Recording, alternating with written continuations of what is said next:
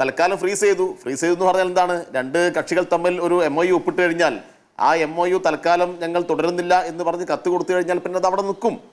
റദ്ദാക്കിയോ ഇല്ലോ എന്നൊക്കെ സാങ്കേതികമായിട്ടുള്ള കാര്യങ്ങൾ മാത്രമാണ്. ഇവിടെ എന്താ വേണ്ടത്? PM3 നടപ്പാക്കരുത്. അതാണല്ലോ കോൺഗ്രസിന്റെ ആവശ്യം. ആ കോൺഗ്രസിന്റെ ആവശ്യം നേരത്തെ അല്ലെങ്കിൽ PM3 നടപ്പാക്കരുത് എന്ന് പറഞ്ഞ ആളുടെ ആവശ്യം അത് പരിഗണിച്ചുകൊണ്ട് ഇടതുപക്ഷം വളരെ കൃത്യമായിട്ട് കത്തയച്ചു. അതുമായി ബന്ധപ്പെട്ട് ഒരാലോചനയും പിന്നെ നടത്തിയിട്ടില്ല. ഇപ്പം അനിൽ ബോസ് കുറേ കളവ് പറഞ്ഞു വിടാം. അനിൽ ബോസ് പറഞ്ഞു PM3 ഇവിടെ നടപ്പാക്കിയിട്ടുണ്ട്, പണം പറ്റിയിട്ടുണ്ട്, പിന്നെ അതിനുശേഷം ഗവൺമെൻറ് ഒന്നും ചെയ്തിട്ടില്ല, അതിനുശേഷം പിന്നെ തെരഞ്ഞെടുപ്പാണ് നടന്നത് എന്നൊക്കെ പറഞ്ഞു. യഥാർത്ഥം എന്താ ഉണ്ടായത്? ആ പ്രശ്നങ്ങൾ ഉയർന്നു വന്ന ഘട്ടത്തിൽ ഇടതുപക്ഷം അങ്ങോട്ട് കത്തയച്ചു. അതോടുകൂടി MOU ഫ്രീസ് ചെയ്യപ്പെട്ടു. അതോടുകൂടി ആ MOUയിൽ പരാമർശിച്ച ഒരു കാര്യങ്ങളും സ്കൂളുകൾ ലിസ്റ്റ് കൊടുക്കണമായിരുന്നു. ഏത് പ്രശ്നങ്ങൾ ഉയർന്നു വന്നതിന്റെ പശ്ചാത്തലത്തിൽ അതൊക്കെ നമ്മൾ ഒരുപാട് വിശദീകരിച്ചല്ലോ. പറയൂ. അതൊക്കെ നമ്മൾ ഒരുപാട് വിശദീകരിച്ചല്ലോ. ഞാൻ വീണ്ടും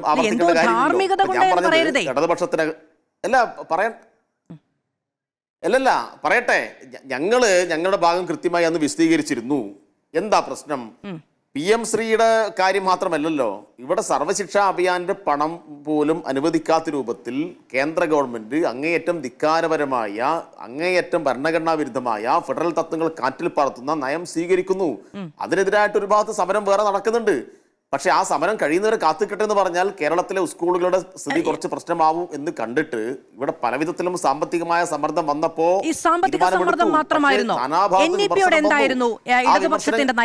ആ വിമർശനങ്ങൾ ഉൾക്കൊണ്ടു. സാമ്പത്തികമായ സമ്മർദ്ദം ഞാൻ സമ്മതിക്കുന്നു. അത് വലിയ തോതിൽ ഇടതുപക്ഷത്തിന്റെ നയമെല്ലാം വളരെ കൃത്യം. ഇല്ലല്ല, NEP സംബന്ധിച്ച് ഇടതുപക്ഷം വളരെ കൃത്യമായി ഞാൻ നേരത്തെ പറഞ്ഞിട്ടുണ്ട്.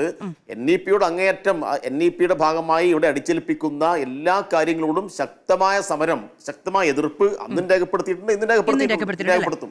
അതിനൊന്നും ഒരു തർക്കവുമില്ല. പിന്നെ നിങ്ങൾ ഈ പറയുന്ന അനിൽ ബോസ് ഉണ്ടല്ലോ, അല്ല, നിങ്ങൾ ഈ ധാർമ്മികതയെ കുറിച്ച് പറയുന്ന അനിൽ ബോസ് ഉണ്ടല്ലോ, ഒറ്റക്കാര്യം അശോക് ഗെഹ്ലോട്ട് എന്ന് പറയുന്ന മുഖ്യമന്ത്രി ആരാണ് ധൃതി പിടിച്ച് ഒന്നും പറയാതെ ഒപ്പിട്ടത്? അല്ല, ഞാൻ പറയട്ടെ. ഇപ്പൊ കോൺഗ്രസ് ഭരിക്കുന്ന സംസ്ഥാനങ്ങളെല്ലാം ഇത് നടപ്പിലാക്കിയിട്ടുണ്ട്. ആ ഘട്ടത്തിൽ തന്നെയാണ് കേരളത്തിലും ഈ പ്രശ്നം വന്നപ്പോ ഒരു ഇടപെടൽ ഗവൺമെന്റ് നടത്തിയത്. ഗവൺമെന്റ് അത് ഫ്രീസ് ചെയ്തു. ആ ഫ്രീസ് ചെയ്യാൻ ആവശ്യമായ പിന്നെ വലിയ സമരം നടത്തിയവർ, അതിനാവശ്യമായ വലിയ എതിർപ്പ് രേഖപ്പെടുത്തിയവർ അതെല്ലാം കാറ്റിൽ പറത്തിക്കൊണ്ട് ഇത് നടപ്പാക്കാൻ വേണ്ടിയിട്ട് മുന്നിട്ടിറങ്ങുമ്പോ അതാണ് ഇവിടെ ചർച്ച ചെയ്തത്. ആ ധാർമ്മികതയെ കുറിച്ചാണ് ഞാൻ പറഞ്ഞത്. അപ്പൊ അറബിക്കടലിൽ എറിയും എന്ന് പറഞ്ഞവർ അറബിക്കടലിലെ വെള്ളം വറ്റിപ്പോയിട്ടില്ല എന്ന് മനസ്സിലാക്കുന്നത് നല്ലതായിരിക്കും.